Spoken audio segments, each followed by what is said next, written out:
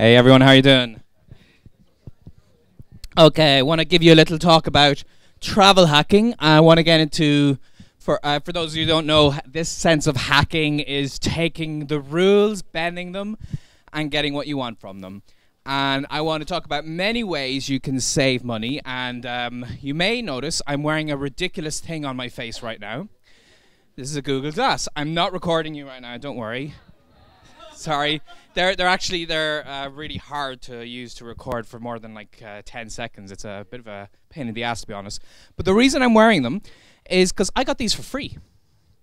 And I actually do quite a lot of things in my travels for free. I get quite a lot of things for free or very, very cheap. And one way that I got a lot of things like this for free is like I would attend a conference like this one, or go travel somewhere, and I actually just search Twitter for the hashtag. So if you know, Polyglot Burr, the hashtag we have here, if this is a conference with thousands of people, I would search for that with the word free, and then tweets would come up saying free tacos, second floor, or free this or free that. And my girlfriend Lauren actually saw that there was a free opportunity for Google Glass, and she took it. And I didn't think we would get it. She just put my business card in a fishbowl, and I won this. That's how I have it. They're usually worth like $1,500. Just won them. So you can get a lot of stuff for free. You just have to keep your eyes open. All right? So I want to talk about various things related to saving money and being able to travel the world for much longer than you think. Just very quickly, if you don't know me, these are a few things that I've done recently, and that's it, okay? All boring stuff, but I want to focus on the travel side. So I've lived in 23 countries, and if you count lived as like rented an apartment where you can host other people for anywhere from 2 to 18 months, then all of these is the places I've lived. I've also visited a few other countries briefly. And I've been traveling for over 12 years. That's 12 years coming up on July 10th that I will have been on the road. And to give you some perspective on that, that's 144 months, 626 weeks, or 4,382 days. It's a long time. But you might think, okay, how did you do this? Did you win the lottery? Do you have a trust fund? Was your grandfather Scrooge McDuck? Actually, for the first 6 years, the amount I was earning was about €1,000 a month maximum. You know, 12 grand a year. Not a wonderful wage. And I never won the lottery. I never had a savings, and my parents didn't pay for any of this. This is all self-funded. So, is travel really too expensive? Like, how can you do all of this? Well, it's important to ask, how expensive is a settled life? How expensive is your life right now? So, like, for instance, do you go out a lot? Do you eat out in restaurants? Do you have fuel costs for your car? Do you pay a lot of insurance? Do you have to really get the latest edition of the language learning books that they update once a year or something? I mean, these are not necessarily things you need. These are just expenses you have in your life right now. And I've actually found that settled people's lives are much more expensive than my life in many, many ways. And one thing is that if you want to start traveling the world, you need to embrace minimalism. So minimalism is not about earning more money, it's about spending less money. You don't need to win the lottery, you need to realize where's the money that you have actually going. So if you have any addictions like coffee, cigarettes, or you drink way too much beer, I don't drink beer. I've never drunk beer in my life. I've never smoked, and I barely drink coffee that much. It's like I try to keep all of these things at a minimum.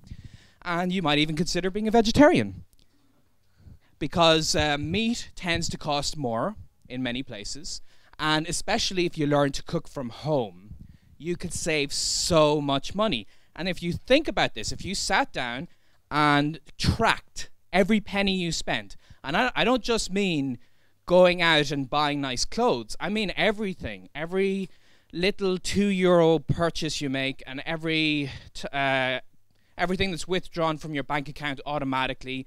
If you add these all up, you may be surprised how much you're spending that you may not need to spend, or that you could cut down. And then, of course, instead of using a car, you could use public transport, or you could use a bike. It's a once-off investment that lasts you for a very, very long time. And another great thing is you can share accommodation costs. These are all things that apply to your settled life for saving costs, saving money. And another thing, which is a rule I'm breaking right now, is to be happy with current technology and to not get the latest gizmos and keep up with those kind of trends. But if you really think about it, do you need to get the latest iPhone every year? You know, this is not something that really enriches your life. That money, you know, like somebody once told me that travel experiences can be the most enriching way you can ever spend money. That, like, I forget there's an exact quote about that, but it's better to put your money into experiences rather than into things. But let's get into the specifics about, okay, so this is a good mentality to keep in mind. You need to spend less money. But how can you apply this when you are traveling? So the biggest thing people would say is flights. Flights are where a lot of your money is going to go, is what many people think. Now, I know a lot of you would have zipped around Europe a lot, and you know you've got your Ryanairs and EasyJets and so on.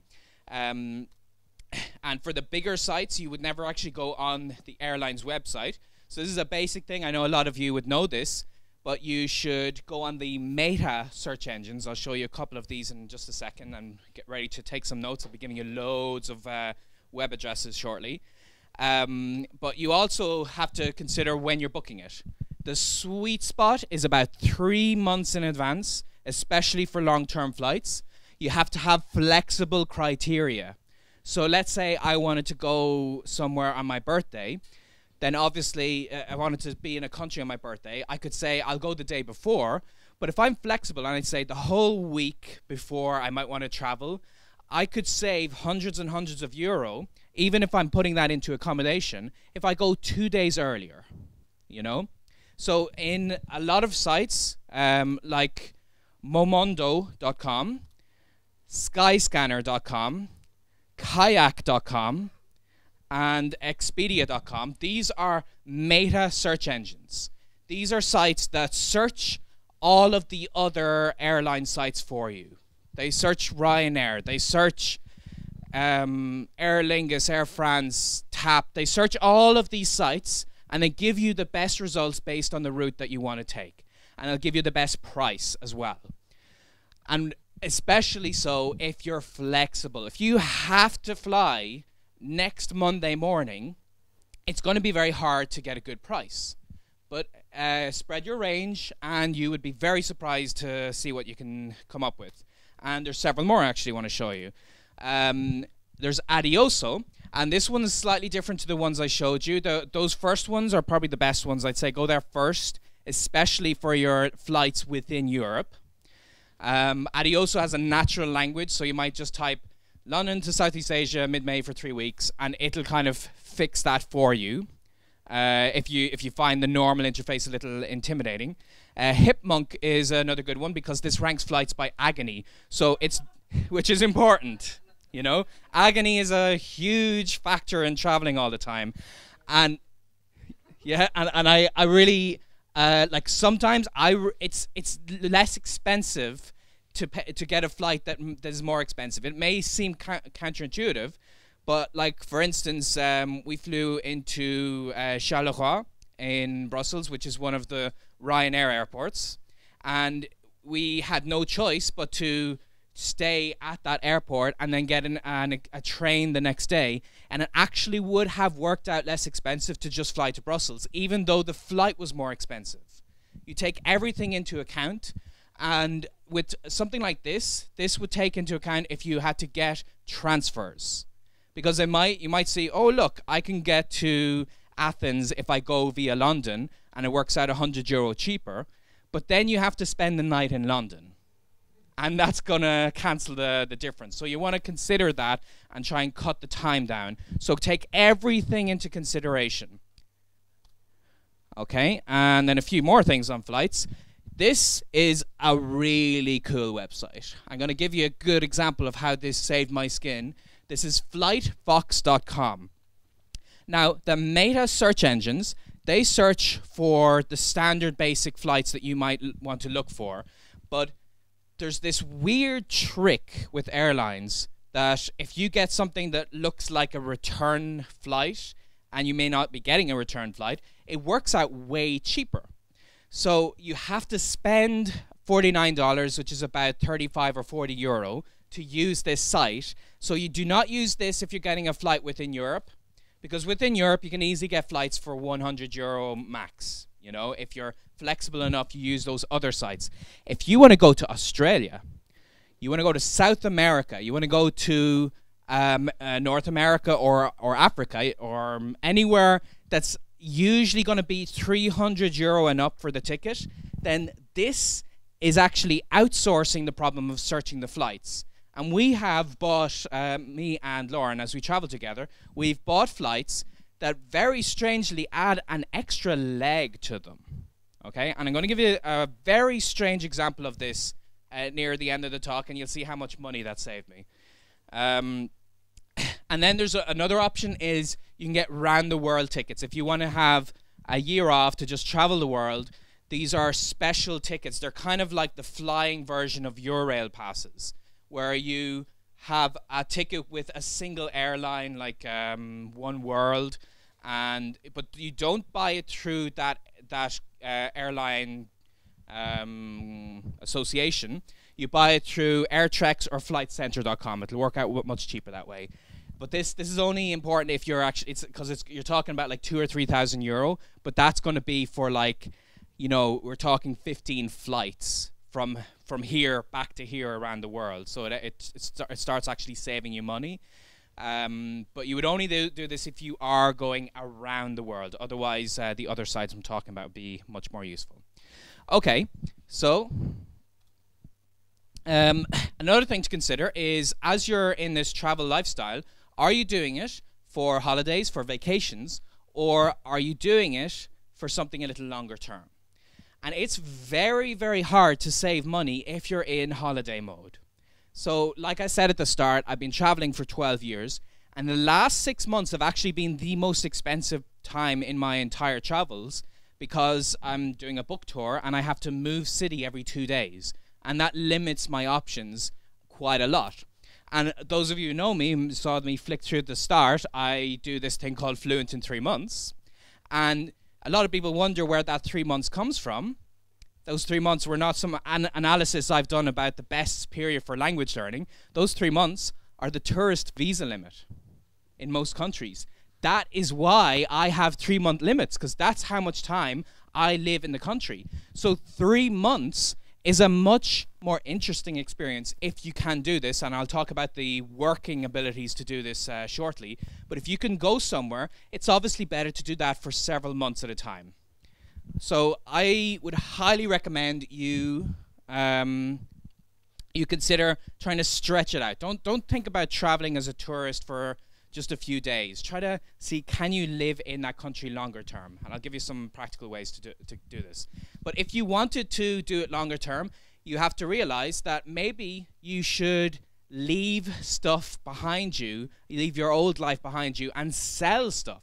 If you own a house, if you sold that house, you could travel the world for maybe 10 years or 20 years.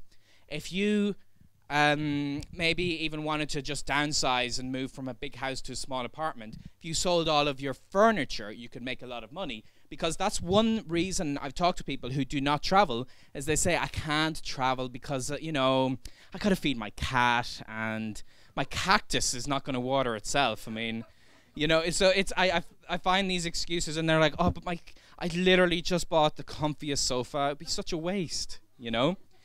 So this is a situation where the stuff you bought owns you.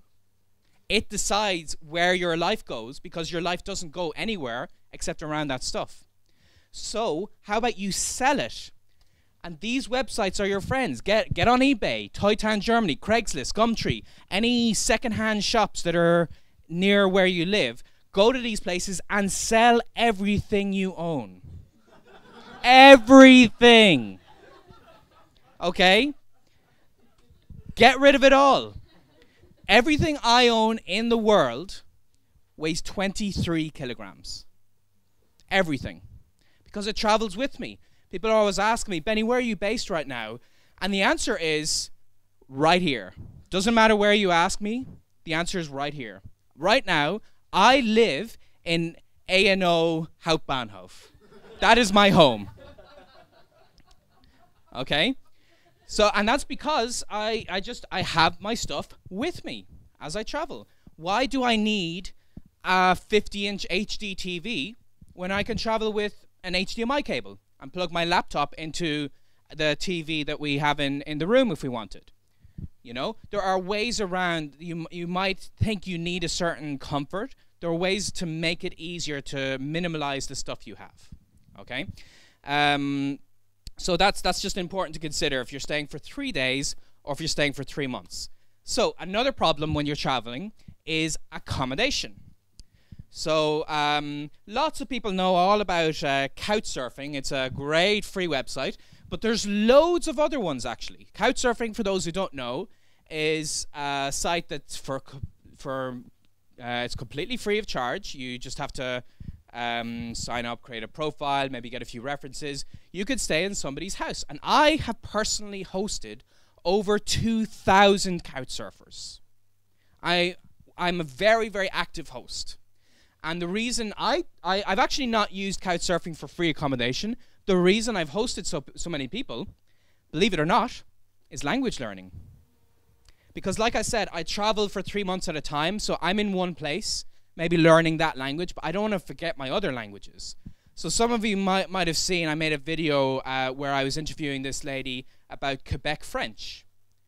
And that interview took place in Amsterdam. I was in Amsterdam trying to learn a little bit of Dutch, but she was my couch surfer, and because I was hosting her, I had the chance to speak French. Even though right now I've been out of French-speaking countries for 6 or 7 years, but I haven't forgotten my French because I hosted these people. So on the reverse end of the scale, you could tell people, you know, host me, I'll help you practice this language or show you this. There are many ways you can encourage someone to give you accommodation free of charge. But there's other websites other than Couchsurfing. There's Servus, which is kind of for older travelers. It's more America-based, and you have to sign up with a reference letter. It's kind of like applying for a job, actually. There's Hospitality Club. There's Global Freeloaders, and of course, one that I know this group likes quite a lot, Passporta Servo. This is way older than Couchsurfing. This started back, I don't know, what is it, in the 50s, was it? In the 70s. And it's, you also stay in someone's house for free, and the only catch is you have to talk to them in Esperanto. That's right. So, and that shows them that you're a good person. You're someone with an international mindset. You know, you like the Verda Lingvo, and you're kind of, they know that they relate to you because of that, and you could stay with them. And it works very similar to Couchsurfing. And you go to this website and you can figure out how to use it. But then going beyond that, you also have woofing, worldwide opportunities on organic farms. You pay €20. This is not unlike the other ones. This has different features per country. So you don't sign up once and then travel the world with that one sign up. You have to pay per country that you sign up with. But €20 is totally worth it if you're saving for 3 months accommodation. And you stay with a farmer and you do some physical work on that farm and you get free accommodation. And there's other things like au pairing and so on. And then if you're going the hotel route, then maybe check out some of these sites. There's laterooms.com, lastminute.com, hoteltonight.com, Priceline, Hotwire. In these cases, the major difference, and this works out much cheaper than if you go to a hotel searching site, because you're not choosing the hotel, you're choosing the price. You say, I have €30 to stay in London tonight. And you might think that's never going to happen, but maybe there's a hotel that actually has quite a lot of rooms and they just want to get rid of those rooms. So they're happy with €30, even if their normal price is €100 or €200. I actually used a Hotel Tonight once for, I think it was, I was in the States for $20. I stayed in the Hilton because they just happened to have rooms available, you know. So all of this is something to keep in mind. And a few more accommodation points. You can house sit. So kind of along the same lines of couch surfing, but you actually get the whole house to yourself. This also requires a bit of references. You have to communicate with the host very well. You can stay for, it's usually for a month or longer. And the whole thing is, if you imagine, I'm sure many of you know, if you were to leave your house for a month, then who is going to water your cactus? You know, this is the kind of stuff that'll keep you awake at night. Who is going to walk Fido? Yeah? So that's what you don't have to pay anything. You are taking care of their house. You're someone in a lot of people worry that maybe there might be burglars if they see the house is unoccupied. So you're the person occupying the house, you're taking care of stuff, you're watering their plants, and you stay there free of charge. It's a little more complicated than that because you need to show that you're trustworthy, but that is how it works. And then of course there's hostels like this place. If you're in Thailand for €3 a night, you can stay in a hostel. And you can imagine if you saved up a couple of €100, you could actually stay in countries like Thailand for a very, very long time. You know, and you should go to one of these sites. My favorite is hostelworld.com for your reviews and see which one's better. And then another one which is kind of slightly higher budget but still not that expensive is service apartments, most famous of which is Airbnb. But here's a bunch of other ones, and the last one, Wimdu, is quickly catching up with Airbnb as an alternative. And in these cases it's like couch surfing. You get a room or a bed to yourself somehow, but you pay for it. And in many cases it works out way cheaper than a hotel. And of course you can go camping. You know, sleep under the stars. It's romantic. So loads of different options there. But then how else do you spend your money? You spend it on food. So instead of eating out in an expensive restaurant that translates their menu for you, why don't you eat at home? Cook your meals. See if you can get one of those service apartments or a hostel where you have a kitchen you can use. Because that's a major expense. And if you take that into consideration, you save so much money by making your own food. And like I said before, if you're not cooking meat and so on, if you decide to pick vegetables that are easy to access, that are not expensive, then you can eat very well. And there's lunch specials. Something I love here in Berlin is the business lunches. That for like €6 or €7, you can get a 3-course meal with a drink. You know? And they do that in a lot of cities. So rather than the main meal of your day being dinner, make lunch the main meal of your day and do it in the business district, not in the tourist district. In touristy areas, you're paying tourist prices. Yes, you'll have access to the menu in English, but many of you will speak the local language, so that's not necessary. You should go away from those tourist areas. Go to the business areas, get a business lunch there. And then, of course, this depends, it changes depending on which country you're going to. One of the first things I like to do is go on couch surfing forums, or even a local Facebook group, or just asking international friends. If you plan to go to Spain, for instance, there are many Spanish people here you can ask. You can get their opinions. You know, people ask me if you're ever going to Ireland. I could give you a few tips about how to save a little bit of money, about what Irish people would do. And then there's other things. You could even go on a language forum, like how to learn any language. Ask people there. You know, talk to people to get their ideas on how to travel their country.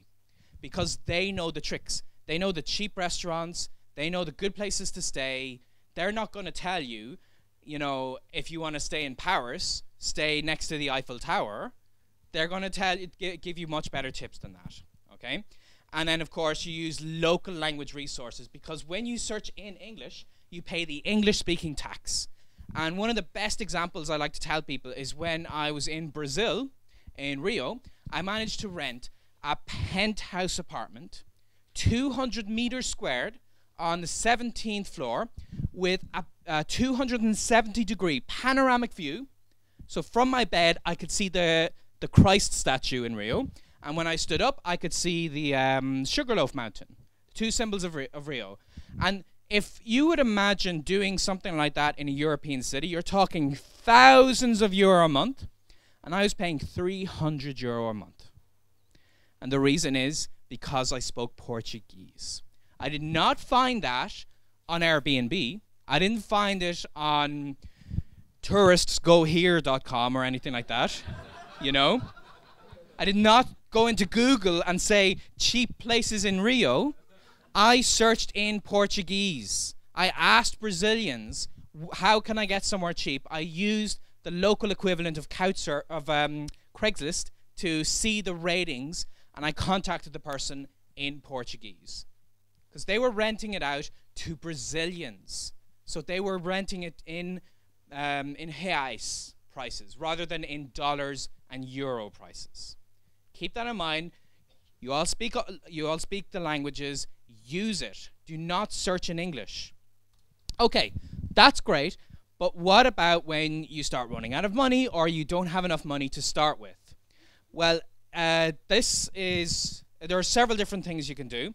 And I think, Ellen, you gave a talk about Polyglot at work, didn't you? So there's many ways you can use your languages to expand your abilities to work while you travel. So I did some translation work. I've actually got my degree is in electronic engineering. But what I did was I did the DALF exam for French, and based on that, I just started I started translating for a very low rate in translation company to get some training and understand how to use CAT tools and so on.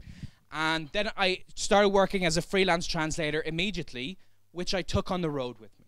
They would email me engineering documents in French. I'd email it back to them in English, and I could travel the world with that. You can also do teaching, and this is something you can do in person all the time. If any of you are native English speakers or C2 level English speakers, you can get a weekend TEFL certificate for 100 or 200 euro. And that counts. With a weekend TEFL, I don't have any other qualifications along those lines, but with just a weekend TEFL certificate, I've worked for Berlitz and Wall Street Institute. These are like real language schools.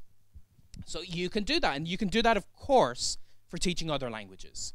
When I was at these schools, there were people teaching French and German and Spanish, you know. Keep that in mind. And another job you might not have considered is working in a youth hostel. It's actually a lot of fun, and you save money on accommodation in some situations. I worked in a youth hostel in Rome, and they worked me very hard, but I had free accommodation. And I got to practice languages. It was my first experience ever flicking between languages and people. It kind of got me really more inspired to learn more and more languages, because I was at the reception. People would come up and speak Spanish and then some Italian. It was great. But yeah, if you want to, these are the two sites I would send people to immediately. If you want to do translation work, pros.com is great. If you pay for an account there, then you see the announcements as they come up, and you can contact people for that. If you want to do teaching work, then iTalki, which a lot of us may use to learn languages, is very good also to let you teach languages. You can do this just via Skype. You can, if you have any kind of background in teaching, any kind of certificate like I just mentioned, you send it to them. They'll count you as a professional teacher, which means you can charge more money, you know. And there are some languages that are in really high demand. So there are great ways that you can bring work like that online. But in general, I think the future is location-independent work. So this idea that we all go to a cubicle, work in our office, that's not as necessary. A lot of the work a lot of us do is on computers. And I have a lot of friends who do a lot of travel blogging like me, and they told me how they got started was they might have had a business-related job, and they just very simply said to their boss, look, if I work from home, you could cut my wage in half, which sounds like financial suicide. But a few of my friends did this, and then their home was on Goa Beach in India, where you're spending in rupees and earning in euro. So then even if you're earning half as much as you might be here, you're living like a king there, you know? So location independent work, you can do the things I just mentioned, like my freelance translation, all via email. You can teach English, you can be a language coach, you can do online courses, and then whatever your background is, you may be able to turn that into online work. I've met people who, I met this one lady who actually has a degree in psychology, and she worked to help people quit smoking while traveling. She coached people via Skype. So you can imagine the world is open to so many possibilities. You just have to think, can I do this online? Can I do it via Skype? Can I do it via email? You know, are you a coder or do you do photoshopping? These are all things you do in your computer. So bring that online, all right? And then in terms of logistics, you can set up a PayPal account, which you can then upgrade to Pro. You can set yourself up as a freelancer or create an independent business. How this works depends on your country. It's very different rules in different countries, but the information is there. I wanted to see how to set up a business in Ireland, so I just went on the Irish businesses website and actually found the details right there. And you can register for tax account numbers and everything, so you do it all legitimately. It's not hard. And with PayPal, anyone can pay you instantly. And then in terms of the logistics, what I do, because I do not have a base, I don't have anywhere that I would call my home, but for the purposes of logistics, I spend a minimum amount of time I need to in Ireland so that officially I live in Ireland. I'm a 31-year-old who lives in his parents' house. That's right, on paper. So you could do that. You could live in your parents' house. You can live in your sister's house. You can live anywhere you have a friend. That's your address. And then you can spend your life traveling or a year or two traveling. Keeping in mind you have those 3-month visas. That's, you know, do what you want in 3 months. That's how I think about everything. So this is some of just the logistics. And like I said, you earn in euros, spend in rupees. This is such an important thing that you can leverage currency differences. You base yourself with clients or a company in Europe. You go to South America, you go to Asia, you go to Eastern Europe, you go to these places where the currency difference means you're at an advantage, and you don't even have to work. Sometimes I've been working for like 3 or 2 hours a week and covering all my expenses because I'm in such a cheap place. In India, like another like random travel bragging point is I had a cottage on a beach where I would watch the sun set over an island. Cost me €3 a night to have the whole cottage to myself. And this was because India is so cheap. And that was actually the tourist price, believe it or not. You know? Okay, so keep all of that in mind. And now, just the last couple of minutes, I want to give you a case study. So there's someone very important I've selected at random from this audience to talk about, and that is this gorgeous girl here. Oh, wow, look at her. This is my girlfriend, Lauren. So I actually met her a year ago. We had a lovely romantic story in Berlin, and she was in America, and she's halfway through her PhD, and I was like, Lauren, I want you to travel the world with me. And she said, I can't do that. You know, I have to worry about student loans. I have all my stuff here. I can't just travel. How can I get work while I go abroad? So there's a lot of things I did to make sure that she could do that. So she decided to have this travel lifestyle. I got on Flightfox and bought a return flight from Washington to Spain and back to Washington for €330. Now, it's very strange, and I didn't understand why, but the way this worked was the flight that I bought was Washington to Madrid in September, and then I flew back to the States for Christmas. So Madrid back to Washington a few days before Christmas, and then Washington to Toronto on Christmas Eve. She did not plan to spend Christmas Eve in Canada, but for some reason, Flightfox told me if I add this extra leg, the price goes down €800. It makes no sense, but it's something to do with the algorithm of the site, which counts it as a return flight for some reason. Or you're getting some special deal that has a weird combination. So I don't really understand why, but actually every flight, every international, like between intercontinental flight that I've bought in the last while, I've had an extra leg to it. We went to some random country, like we had a random flight to Abu Dhabi, which we weren't going to take, but by adding that, the price of the ticket went down dramatically. So like I said, Flightfox, it costs like $49, so about 35 or so euro to use it, but then you save several €100. You just have to tell them not to forward your luggage to the fake. Yeah, that's right. Yeah, when you're checking into the flight, you want to make sure that you say, oh, by the way, that flight, the flight to Toronto, just don't worry about that. My luggage is going to stay in Washington, okay? Very, very important little extra thing, because you have an extra flight. You know, if you forget that, then your luggage could be halfway around the world, which you've technically paid for it to be, okay? Benny, sometimes you can have problems with that. Yeah. According to the rules, I had problems with that sometimes. What kind of problems? That I was in Hong Kong, and I had a similar thing. I had to buy Geneva, Zurich, and then Zurich, Hong Kong, and adding this, like, it was much cheaper. But for a certain reason, I had problems. I had to quarrel in Hong Kong in order my luggage to stay in Zurich and not to go to Geneva.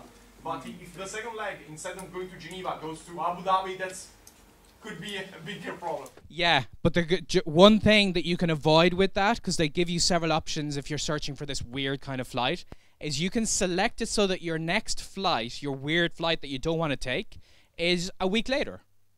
And if it's a week later, you have to have your bags given back to you.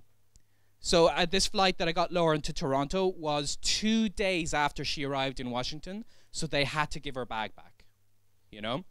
But yeah, if you're getting the next flight immediately, the last one that we got to Tokyo was very, very cheap, but it involved a very strange flight, which I didn't understand at all. It was from Berlin to Brussels, even though we were in Tokyo. It was a random extra flight, but it was for like I think we're actually due to take that flight tomorrow, which I'm not going to take, you know. So anyway, it's just something to consider, that you don't have to book it in that this weird flight is immediately after. It can be in a few days after, and you just ignore it. You'll get an email saying, don't forget to check into your flight, and you can just say, ha ha ha, silly email. Oh yes. Or you can Facebook, you can say on your friends, hey, who wants a free flight from Buenos Aires to Sydney? Yeah, because you're not going to take it, you know. Okay. So I got her there for cheap. But then how did we start working? She was really worried about this. How is she going to cover her expenses? Within 1 week, I had her working full time as an English teacher. And this was a combination of working on iTalk, so getting as many classes as she could there. And we were in Spain, and there's actually quite a huge demand in many places for English teachers. And I know from living in Spain, so you talk to somebody who's lived in that country. I had worked as an English teacher in Spain for 18 months, so I knew all about the tricks. You go to loquo.com. It's like the Spanish equivalent of Craigslist. And I put an ad up there. There was another website specifically just for teachers. I put an ad up there. And then we printed out a few things which we put around our neighborhood. And we were getting so many requests, we had to turn them down. And we could raise our rates. 20 euro an hour it was. 25 on iTalk, 20 in person. Yep. Because there was so much demand that we could just keep raising the price. This was within 1 week of trying.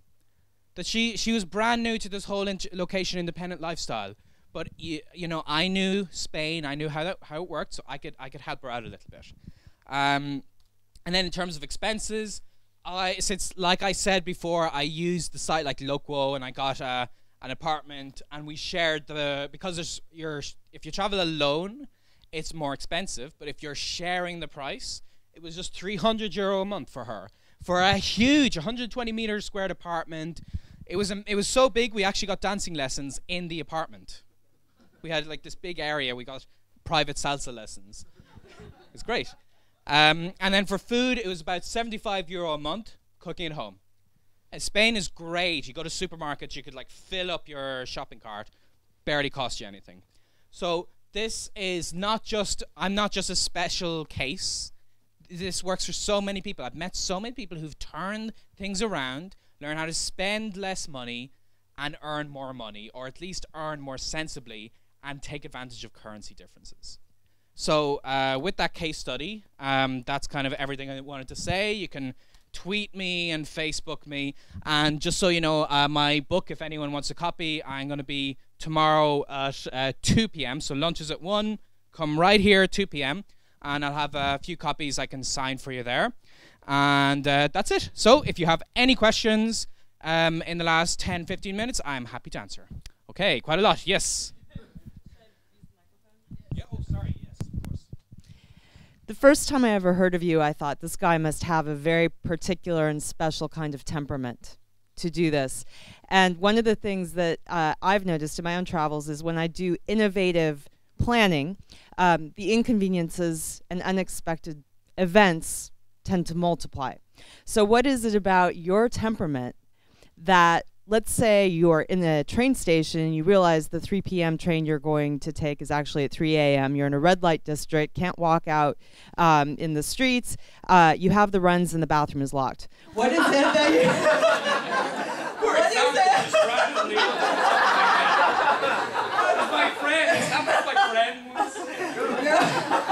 But see, that kind of thing flips me out, and I want to know, you must have noticed some differences between the way you manage stresses and the way other people do. So can you comment on that?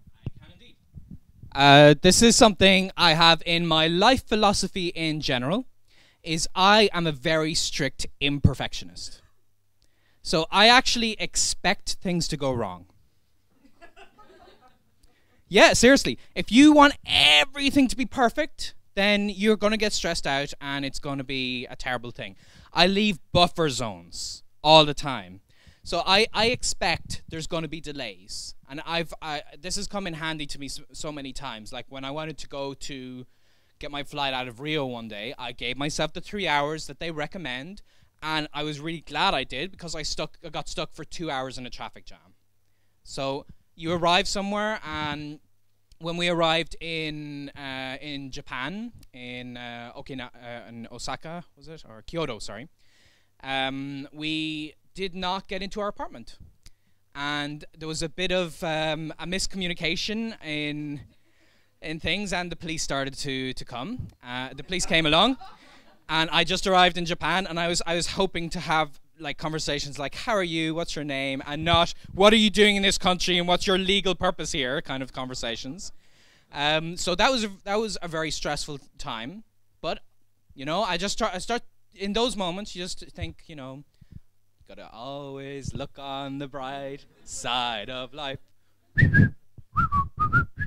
I was in Japan. I was in a new country. It was a whole new experience.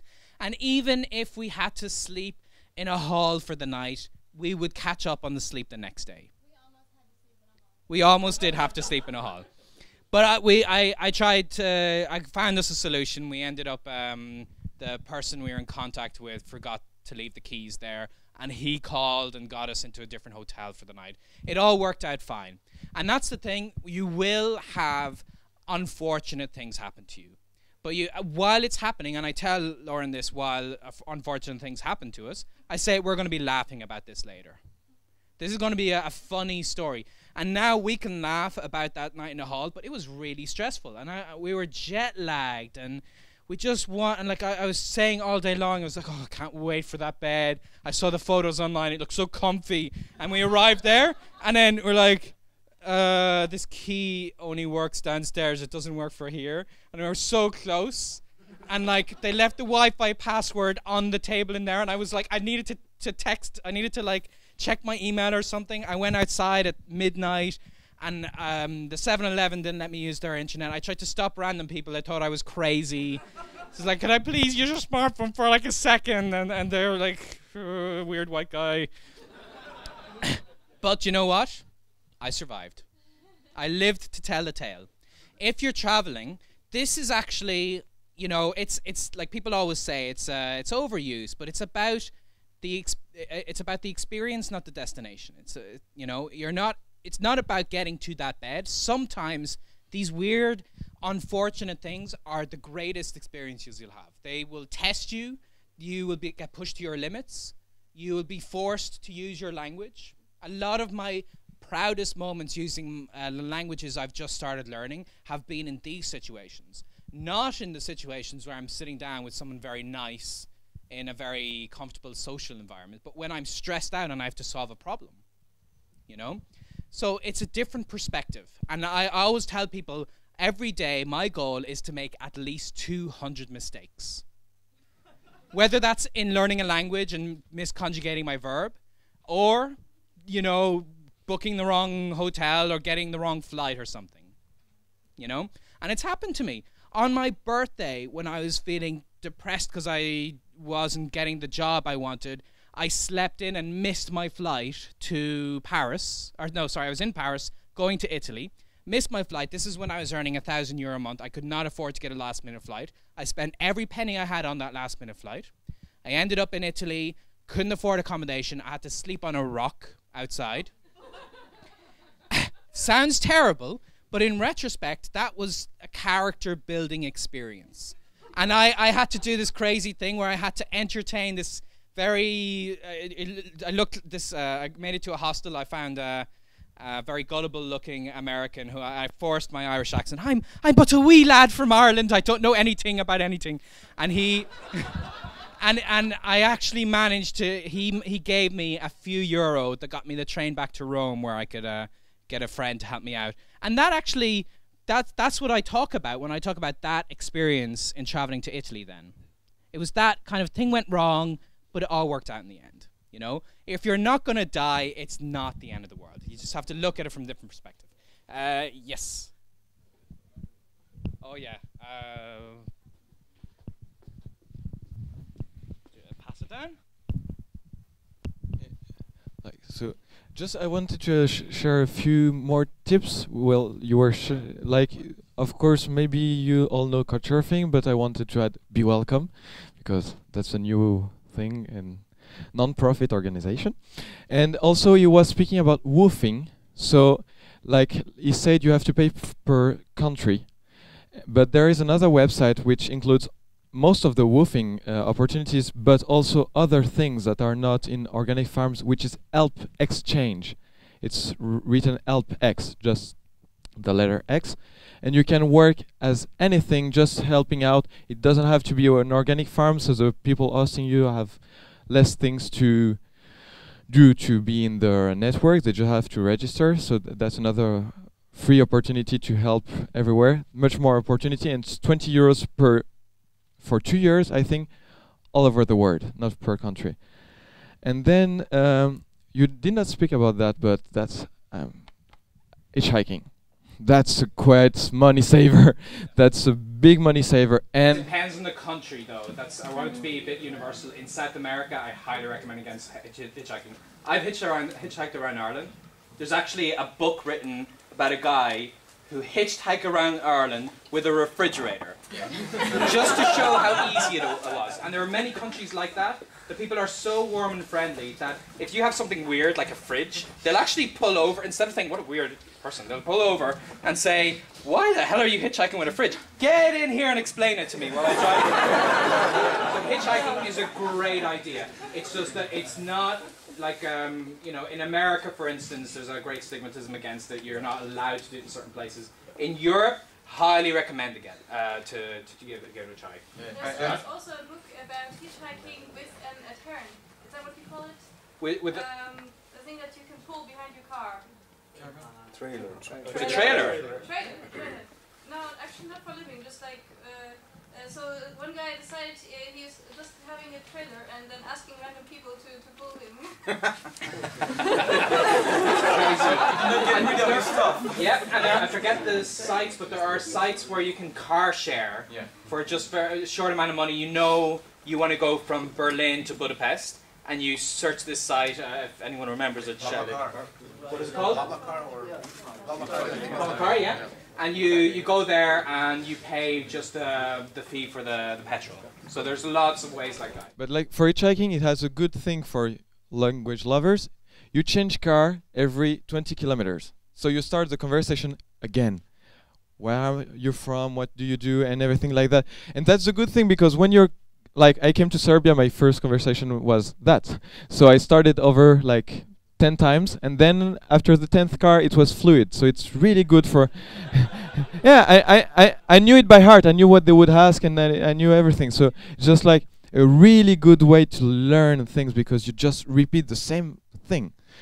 And then another tip, like it's like Mietfahrgelegenheit, but like share carpooling and everything, but with boats. And we did that last summer in Croatia. And it's just a website where people, because you cannot handle a full cruise boat on your own. So you need people on your boat, and you don't have always friends, and if you want to go all over the Mediterranean. So they're looking for people to help out. It's better if you have some knowledge, but we had none. And they just took us because it shares the price of everything when you travel. So it's a really good way. It's not really good for language speaking, except if the people on the boat are like speaking a language you want to practice, because you don't actually meet people when you're on a boat, and that's something I realized while being on the boat. So it's just like you're on the boat, you see them, yeah, hey, and that's it. And yeah, and then I have a question. It's just like about, because I quit IT because I didn't want to work with a computer. That's a big problem about traveling while working while traveling, because I don't want to work with computer. Especially I don't want to work with Skype because the Wi-Fi doesn't work. Wherever I am, it doesn't work well enough to use Skype. So I'm looking for tips about how to work locally. Yeah, well, working locally, you'd use the Craigslist equivalent sites, and I've had about, before I started working online, I had about 50 different jobs, which were local. Teaching English, youth hostel receptionist, using what your background was. So I worked as an engineering intern several different times. I worked as a photographer, website designer, which I did offline actually.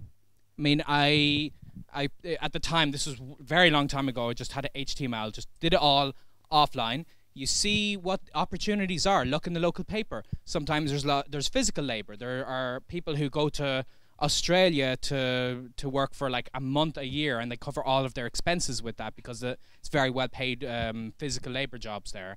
So there are many opportunities. It depends on the country.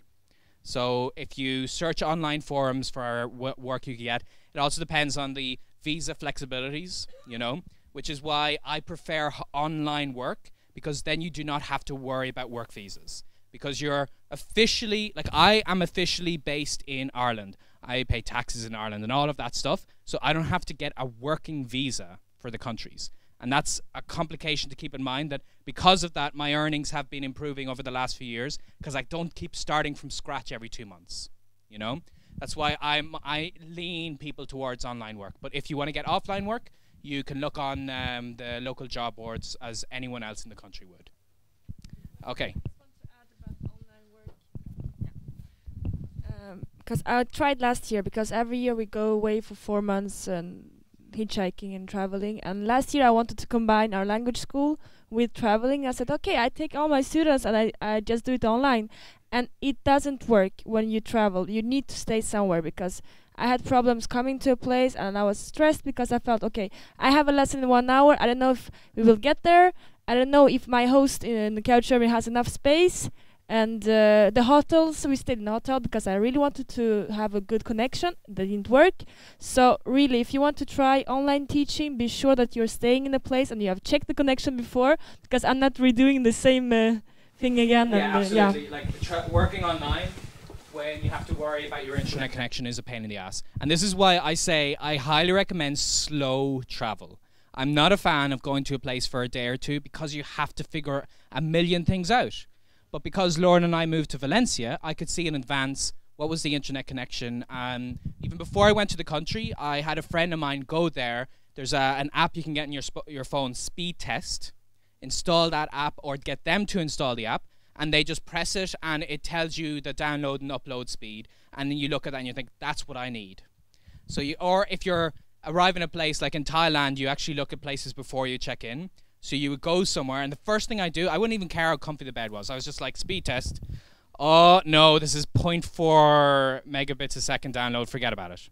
You know? So you do this in advance. But yeah, definitely, like as we were traveling, and initially when Lauren did a lot of iTalk iWork, it was a problem, because if we arrived somewhere and we had arrived late, and like this situation I just said in Kyoto, it created problems. So it's better for slower travel. And when I worked as a freelance translator, I got a few phone calls every once in a while that they would say there's an urgent task. And like I said, I'm based in Ireland. I didn't tell them, oh, I'm hitchhiking through India. So I bought a Skype-in telephone number, which I had forward to whatever my mobile number was at the time. And they would just have to wake me up at 3 in the morning, and I'd have to like do a quick calculation in my head, and I'd be like, oh, hold on, I'm in California now, it's 3 a.m., so bon après-midi, because like, it would be afternoon in France, you know? So you take these things into consideration, but you just realize travel is going to have problems. You need the kind of work that gives you that kind of flexibility. But if you're teaching, yeah, it is definitely a problem if you're traveling too quickly. I think we have time for just a couple more questions. Yes? That's okay, I was behind you, I understand. I sensed a trend in a lot of your experiences in the past 12 years. Maybe if something happened like Ellen was discussing earlier with you, and it's kind of one of the mistakes you anticipate, there's someone in the country that you know that you can call on. So it's good to have friends and a network of people. But for someone maybe like me who's just starting out, I don't have a friend necessarily in every country I want to see. So could you tell us yet? So could you tell us maybe one experience from when you didn't know anyone? So actually, when I was in Taiwan, I didn't know anyone in Taiwan. I actually tried to use like my online Facebook stuff to get people and say, can we meet up? Can you give me advice? It didn't work. So one very strange idea I had, which has worked very well for me, the same as when I went to Istanbul. I didn't have any friends there. I hired a single task virtual assistant. Okay? So let's say when I went to Istanbul, it was at the time when I wasn't preparing in advance. I would arrive in the country not speaking the language, but I still wanted to use the local searching options. So for, I think it was €40, I hired a guy on odesk.com, and I gave him a list of tasks. I said, can you find this accommodation? Can you meet me at the airport and join me in a taxi and take me to all of this? And because I was in the country for 2 months, he saved me hundreds and hundreds of euro because he searched in Turkish. And anytime any problem came up, like if I said, I'm feeling a little out of shape, I want to join a gym, I would email him and say, like, he'd work for an hour and it would cost me €5, and he would call all of the gyms in town and find which one had a rate appropriate to someone staying a month. So you could actually, if you don't have a friend in the country, you can hire someone. And it's not the best thing in the world. Like when I was in Taiwan, I actually got laser eye surgery, and I had to get my guy to come and help me home. And I had to say, can you like order a pizza for me? I can't see anything. Because if anyone's ever got laser eye surgery, you can't like open your eyes for 2 days, you know? And I just paid someone to do it. It's not ideal, you know, but and I don't have a friend in every single country, and sometimes my networks don't work as well as I would like them to. So this is my suggested plan B, is have a virtual assistant. It's not as expensive as if you're hiring them for specific tasks. They know they're only working for a couple of tasks. Very easy. Yeah, and a couple more questions, and then I'm sure there's somebody else who's going to take over the microphone. Okay, very, very, very last question. All right, so yeah, just another quick question about your translation. So, just wondering if you could say sort of roughly how long you actually did it for, and how it works logistically again with, in terms of, for example, you get a call, say, it's usually with a day's notice, and if you're sort of traveling, like you say you're in India and they call you up, say you might be able to do that job, but if you're constantly traveling around, you might have to turn down jobs. And how do you deal with like losing clients? For example, if you turn work down for a couple of weeks, then they might take you off their books. And how does that work? The trick is you have to be extremely good at your job, because then you can turn down clients. The question was, how do you deal with the fact that you're in a difficult situation, you may lose clients because of that. So when I was in India, I would get emails and I would be busy because I'm about to take a train across the country. And I would just say, I'm sorry, I can't do this. So it wasn't a case, because you work as a freelance. This is the trick. You're not an employee of a company where your boss tells you you have to do this. You are a freelancer. You make your own decisions. So instead of them saying, Benny, translate this, and I'd be like, yes, sir, whatever you say, my liege, I would say, yes, okay, I can translate, or no. I would use the excuse that I have other clients. And I would just tell them, oh, this next week I got a big translation project for, chips. I have to translate something to do with chips. And that's fine, because they knew I had different clients. So you have a base of different clients and you're a freelancer and you make the choices. Okay? So the room has to be taken up by the next speaker, which I think is Richard. Yes, that's right. He's coming from the other room, I think, right now. So thank you, everybody. And don't forget, 2 p.m. right here if you want a copy of Fluent in 3 Months. Thank you.